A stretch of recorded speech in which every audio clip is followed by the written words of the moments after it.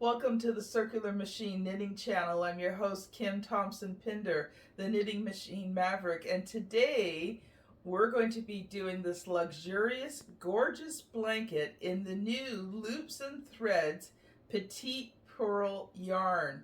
This is a gorgeous 4-weight chenille yarn, so I was so excited to try it out and see if it worked on the machine, and it did. So this is a really easy blanket pattern for you. It's done on your 46 needle machine, and let's get started. Here's what you're going to need to make this blanket. This is the Loops and Thread Petite Pearl polyester yarn. It's 537 yards, 8.75 ounces, 491 meters or 250 grams. You're going to need 5 balls of this to make the blanket the same size as the one I'm making. Now this color here is purple. I'm going to be making a sweater out of this one, but I wanted to show you the full ball. For the demo one, we're doing this one, and this one is rhubarb. Let me just confirm that. Yes, rhubarb.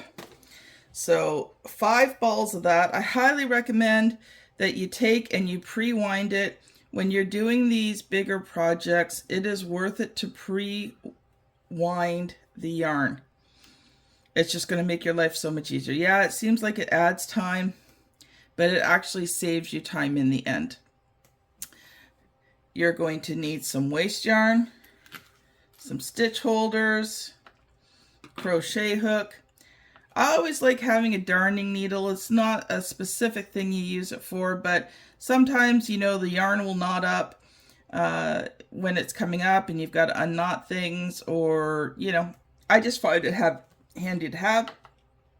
A pair of scissors. I use the screwdriver with the drill attachment. This is the rechargeable one. If you're wondering what this is the Radley 1248-202B.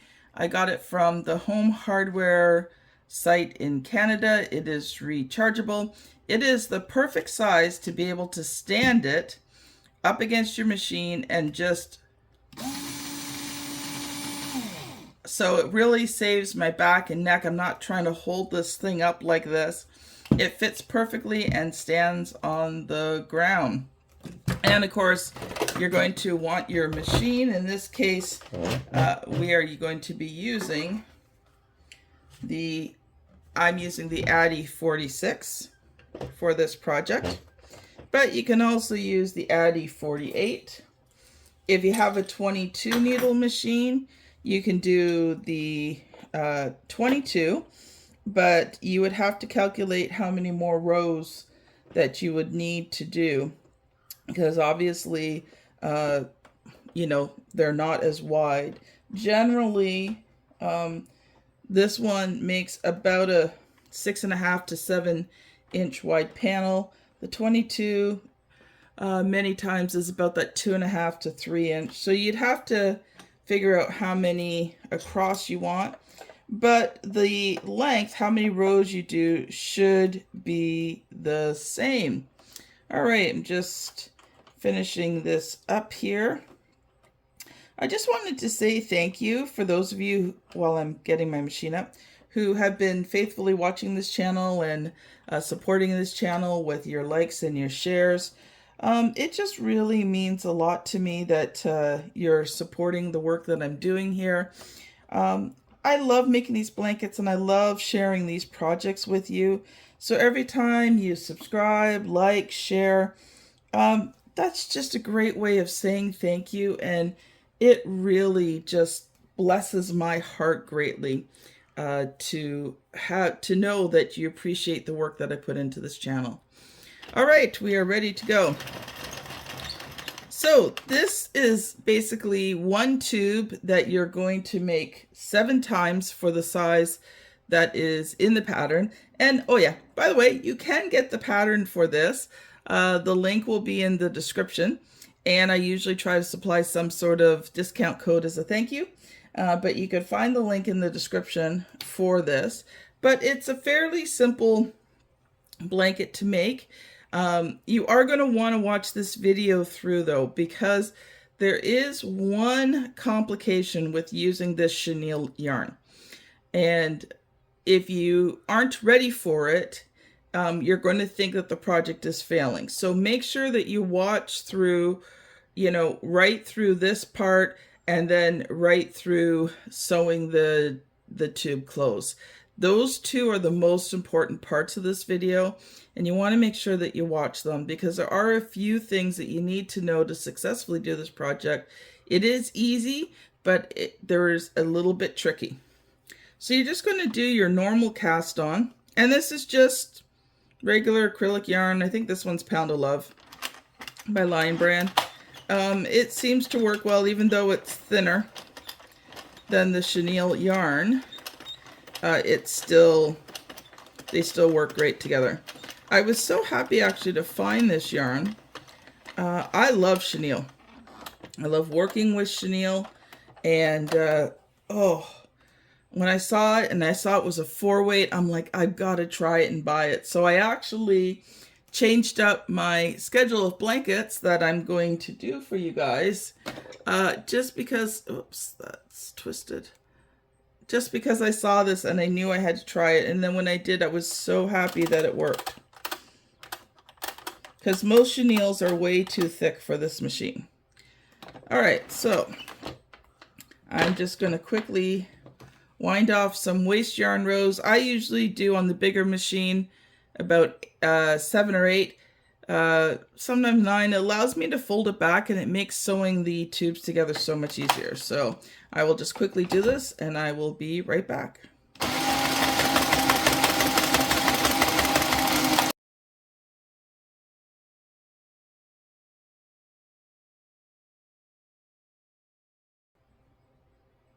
All right, so got 8 rows here done. Had to do it twice because the little bit of waste yarn I made was actually for my 22 needle machine and did not give me enough rows at all to start this off with. I find with the chenille yarn, because it's 2 different thicknesses that you're using, the extra rows do help. Sometimes it starts to unravel, so you want to make sure that you have those extra rows. All right, so if I'm going too fast here for you and you're a beginner, I just threw it down in my metal bowl that keeps my yarn nice at my feet. That was the boing that you heard. But if you're new to knitting machines and all of this stuff that I'm doing is new to you, I do have an Addi beginner tutorial playlist for you where I cover these basics that you're going to need to know to do these blankets. So if this is too fast, then go there, check those ones out first, and then come on back. So you're going to load your yarn in, and I put it through this little hole here in the Addi machine. And then that's all the tension that it gets. I just let it run through my fingers because occasionally you get knots and stuff like that. But I do not apply any tension to this yarn. Now, I do find that the stitching is a bit looser on the blanket, but it makes a really soft blanket. So if you can play around with tension, but this is a thicker yarn. You apply too much tension, the machine is not going to like it at all. So I recommend almost no tension. Even if you're doing this on a Sentro machine, hand tension it. Just a little, the slightest bit of tension on it. You don't want it completely loose. You want just a slight bit because it helps to guide it through properly, but don't put tension on this because that's where you're going to run into problems. All right. So from this point on, it's actually fairly easy. You're just going to do 250 rows. So you'll be cranking. Now, I find using the screwdriver attachment, it takes about half an hour-ish or so. Sometimes a little more, sometimes a little less. Depends what else I've got going on to do this. So I am going to do these 250 rows, and then I will be back to show you how to cast off.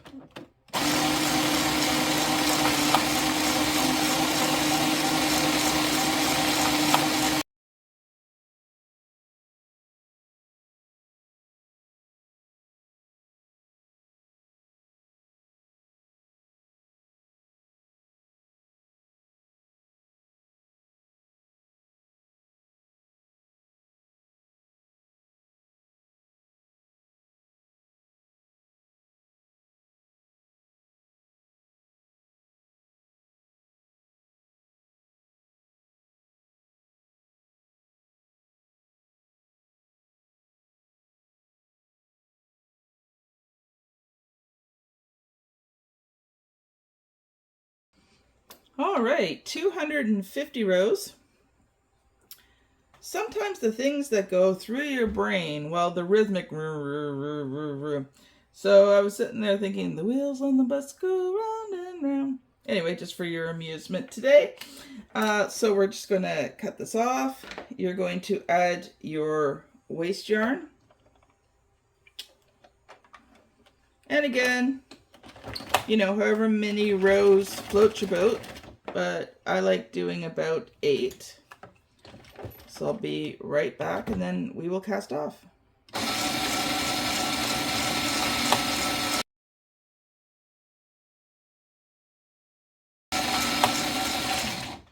All right, so there we go. Then to cast off, all you're going to do, I'll hand crank it so you can hear me. You're just going to crank it through twice, and it pops off all by itself. Every once in a while you may get 1 or 2 that stick and you have to take them off manually, but there you go. So I'm going to move my machine here, and then we will talk about sewing these tubes together. So if you've enjoyed this video so far, just while I'm doing this, don't forget to like, subscribe, and share.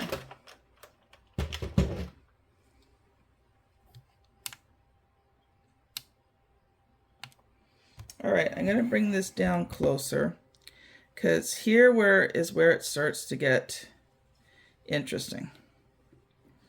So if you look at this, this is the inside. You can see it's not very even. The top is way wider. These are very tight. These are loose. It's narrower here. So you would probably come off of this thing and look at it. Look how wide it is. Like, it's super duper wide. And it's short. Like, it's not long at all. It's actually very short. This would not make a blanket. So you may look at this and think, oh man, and look at the width of this one compared to the width of this end. So completely uneven, unusable in this state. So that's where you may think to yourself, wow, I can't use this. You can. But first you want to close the tubes. Now, what I always do first is I just go through and I just triple tie off any ends from when I had to change the yarn over, just to make sure that it stays. Now, one of the nice things I like about this chenille yarn is the fact that some I have used, it frays, like the chenille comes off. I have been using this quite a bit. I've made tons of panels on this. Does not fray at all. Okay, I guess I only changed it over once. All right, so you're going to want to bring this to the right side. Now, I'm not going to go into this extensively because I do have a tutorial on doing closing tubes in my Addi beginner tutorial playlist.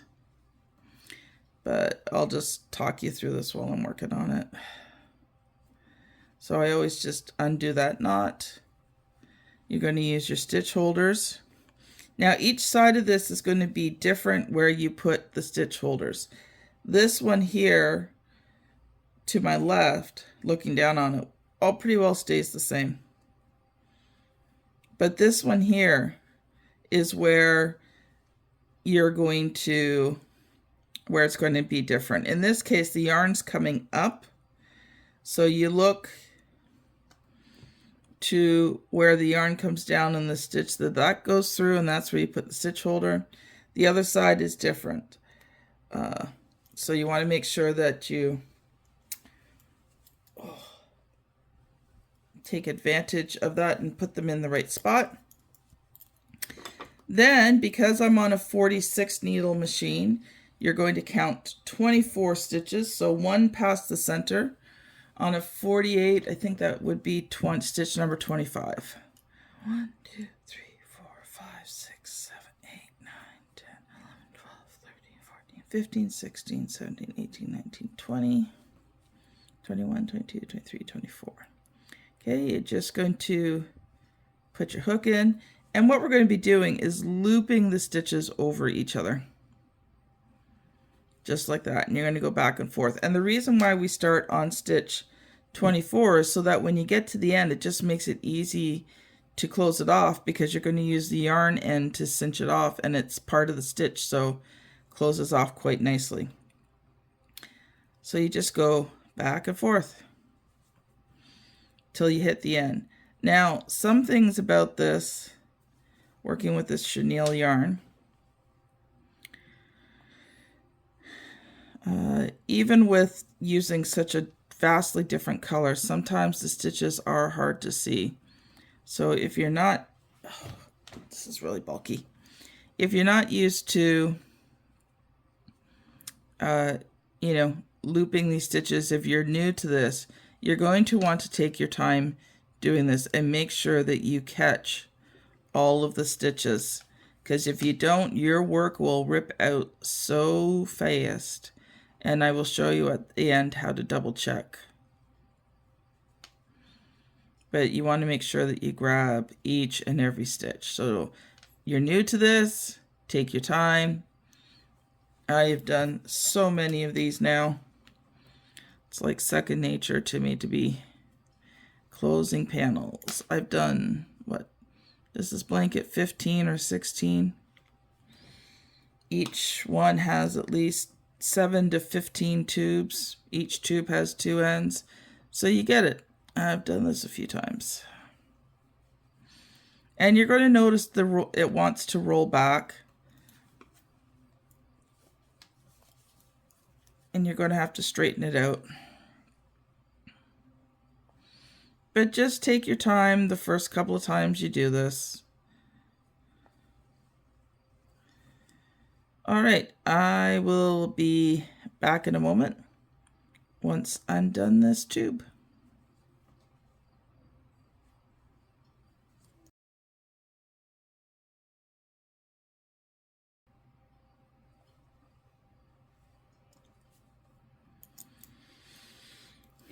Okay, you're going to find as you get to the end, it does get harder, and you're going to want to make sure that you leave the yarn ends out. It just makes life easier.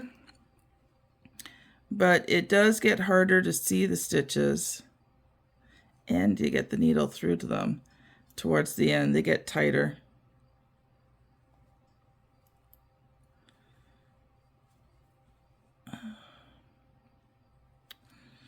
And yes, I'm trying to focus on what I'm doing here.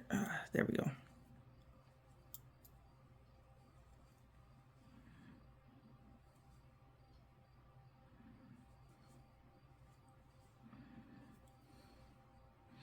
So you can see this one here. See, it's so small, it would be easy to overlook it.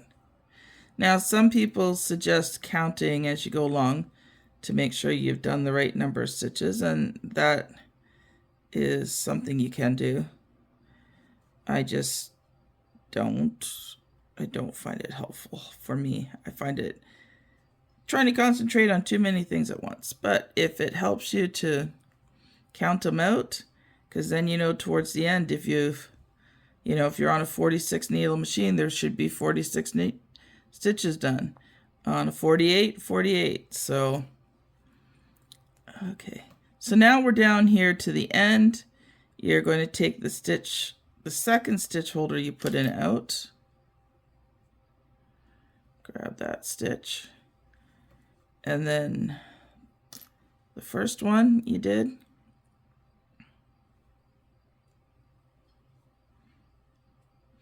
And here's where closing is easy. You take the yarn in, you feed it through, cinch it, and that is done. And then you've got to remove the yarn, the waste yarn. Now, one end, you'll just be able to pull it and it'll come out. This is not that end.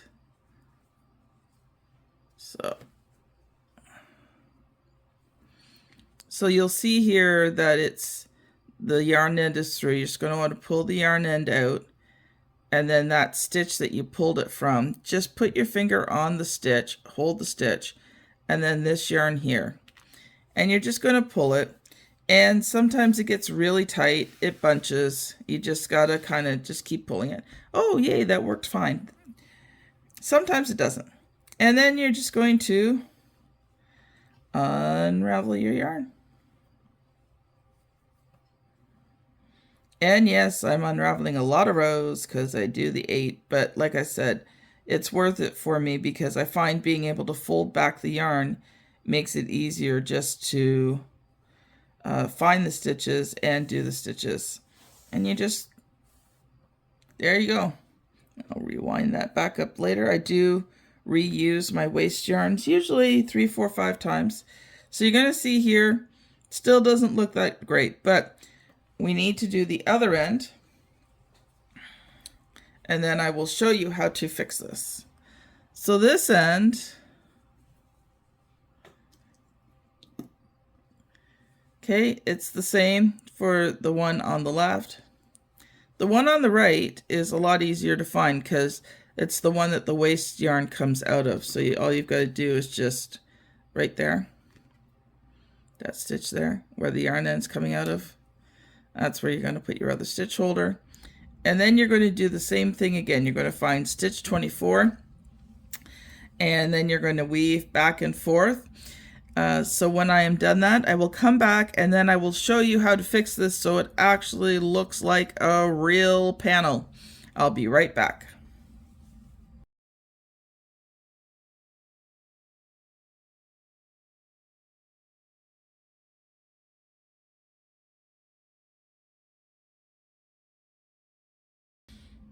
All right, you can see here where this is unraveling. This is why I like having so many rows of the waste yarn, because they're not completely compatible with each other.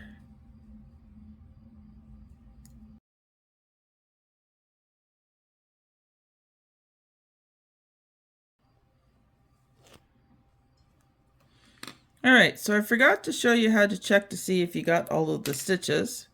So if you go along here, you can see any stitches that you haven't done will pop out. Like you can actually see the stitch popped out. So just go along and double check to make sure that you don't have any of these stitches popped out, which I don't. Okay, so because this is partially unraveled, let's see how this does unravel. Where is the yarn end?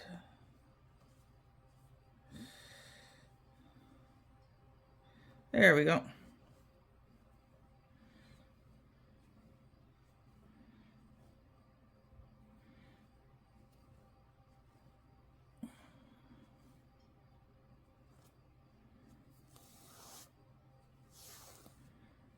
Perfect. Grab my yarn here and I'll rewind it later.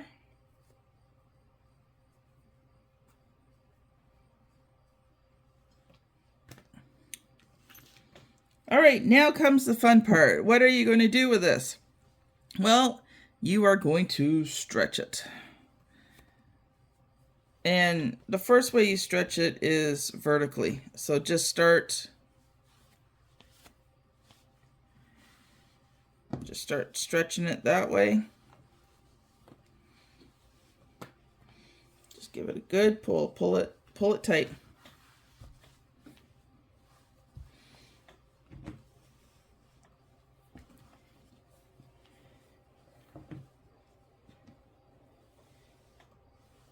I'm just pulling from the end here. I'm just giving it good pulls all the way through.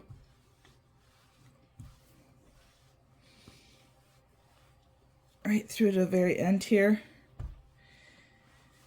Now you're going to notice that the end is a little bit bigger, and that's where you can just give it a nice horizontal stretch as well.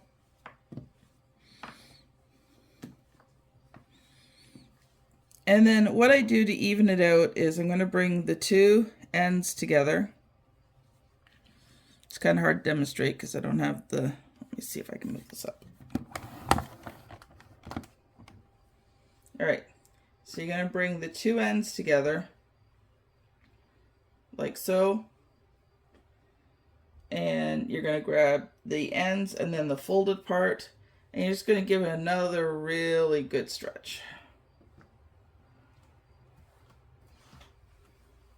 And again, give it just a little bit of a stretch for the width.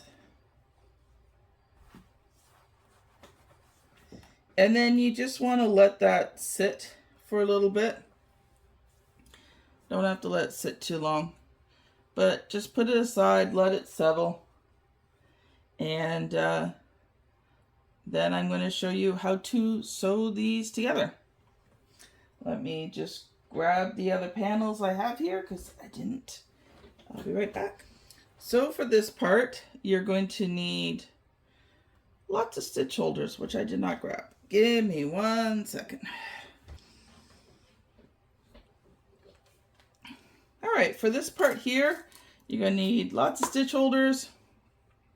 You're going to need some of the yarn from the project. This is just one of the smaller balls. A crochet hook, and your scissors. So I've already got 5 out of the 7 panels done. I just made panel number 7. So I'm going to join panels number 5 and 6 together. And because it's all the same panels, then, you know, the instructions are the same. So one thing I want you to notice here, and that's why I wanted to do it this way. Okay, you'll see the ridge here where I joined the other tubes. And one of the reasons why I like using this is because it actually makes just a really nice ridge. Makes the back of the blanket look nice too. But when you're putting the tubes on, you've got to join the tubes in such a way that all of the ridges are in the back, because otherwise it's going to look funny. So when you do this, so if you're sitting with the blanket on your lap and you've got it so that most of it is to the left of you, what you're going to do is take the panel that you're crocheting on, and I tend to match, like I don't put a yarn end to a non-yarn end, so I tend to put the yarn ends together. I find they sew together better. And you're going to put the one you're joining onto the main blanket behind it. So it may look like in front in the video because of the camera angle, but when you're sitting looking at it, you're going to put it behind it. And if you've never joined tubes together before, I'm not going to go into extensive detail on that here. You can watch my beginner tutorial because it just adds so much length to the video. But a couple things to note. When you're putting your stitch markers in, and I highly recommend you do, these rows here,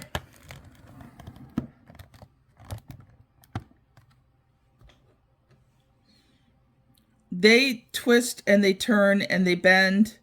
And if you want a really professional looking blanket, one that you can sell, you've got to keep the row the same all throughout. You can't allow it to roll and grab other rows. That's why we take and we stitch marker it ahead of time. and you're going to want the row that has the V to the right. And about every 10-15 stitches, you're going to want to put a stitch marker. I found with this yarn that I needed it. It rolls a lot. It's not the easiest to sew, join to slip stitch. That's the word I was thinking of, slip stitch together. So you're going to want to go down and put the stitch markers in.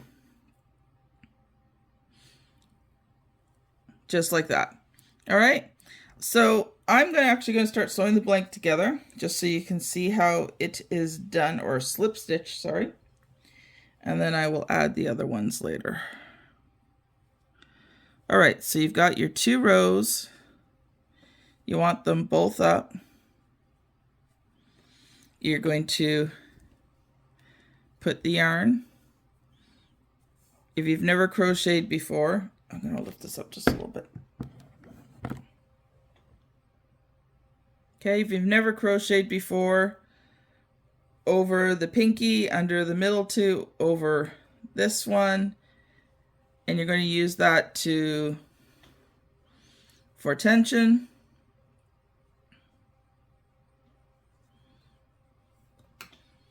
And then you're going to come into this stitch here. So this is the row that you've chosen. See, it's hard to see because of the yarn. But you're going to come into the 2 inner loops of the 2 stitches on the blanket.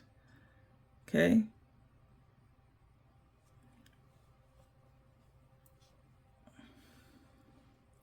Then you're going to do what's called yarn over. You're going to pull it through with your crochet hook. Yarn over again, pull it through. That's your first stitch, and then just pull on it a little bit to tighten it. Then for the rest of the stitches, I know it's hard to see here, you're gonna again go through the 2 middle loops. You're going to yarn over, and you're just going to pull it through all of the loops on the stitch. So through the 2 middle loops, and you can see here, you can see how it has twisted down sideways already. So that's what makes it hard. And because it's chenille, it all goes together. So it can be really hard to find these stitches. So take your time. Again, the middle 2 stitches, yarn over, bring it through all 3. I'm going to do a couple more for you. Bring it through all 3.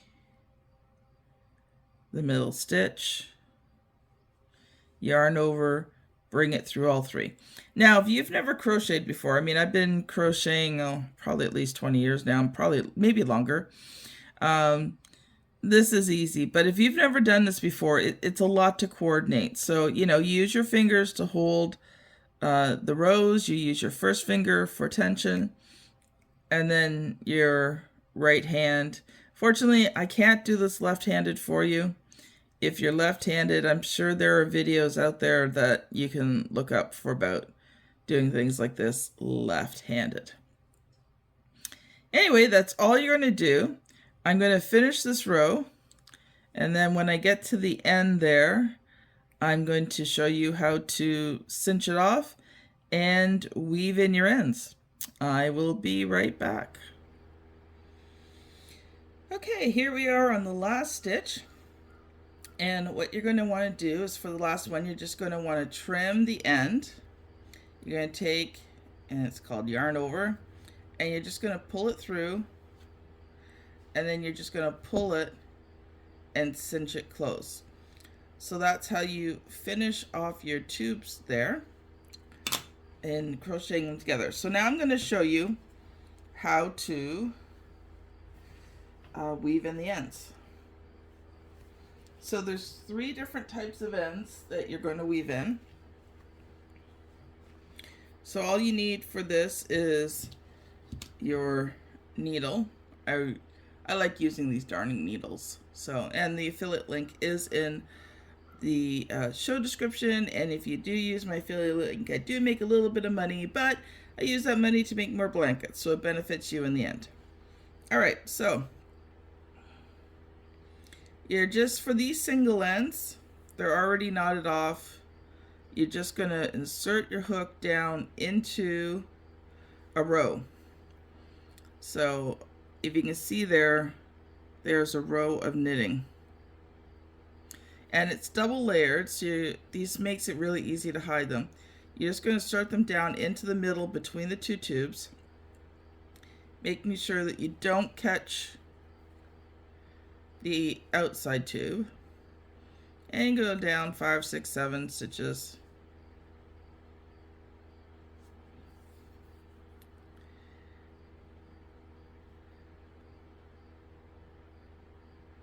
Feed it through. One of the reasons why I like these darning needles is they have the big heads on it for the yarn.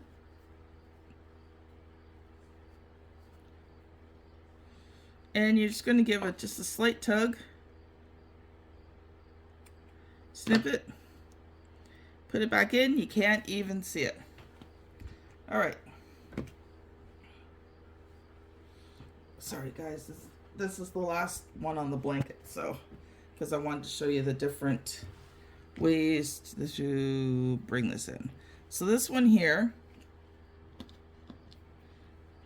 slight bit different, because you see this top here is fairly open, so we want to close that.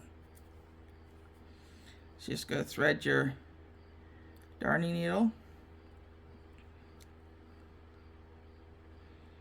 and you're just going to bring it through. See, kind of see that top piece there, just the top of the last row. There's another one here. Just bring it through. Now have the wrong side of the work facing you, because then when you knot it, you don't see it on the right side. And you're just going to go through again, in around the same spot. Put it through the hole, knot it, go around again.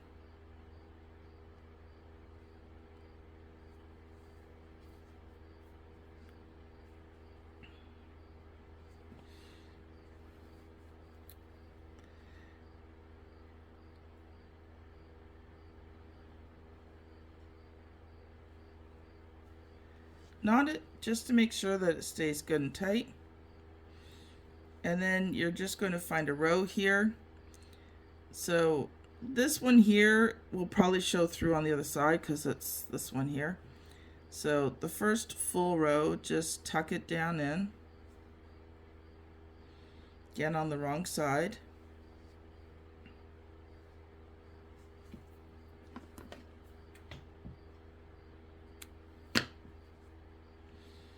Okay. The other one you're going to find is these 3 ones. And you're just going to take 2 and 1, tie them together. All of this again on the wrong side. I usually tie it 3 times just to be on the safe side. But you gotta tie them tight so it's not too obvious. And then you're just gonna take and weave it down the first full row of stitching.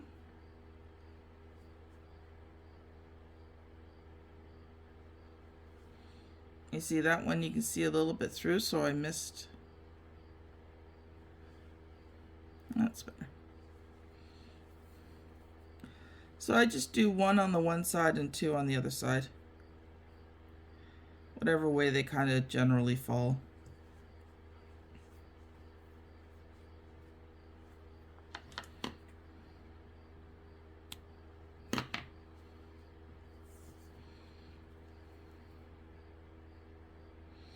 Well, I want to thank you for watching this video today. Don't forget to like, subscribe, share. All of these things help me out in my journey to build a YouTube channel and to make these projects for you. And next week's project is going to be another new yarn, this time from Bernat, and you are going to love it. this is going to allow you to expand your repertoire of your projects and what you can and can't do. So I'm excited to share that one with you and can't wait for next week. Oh, come on. Yay!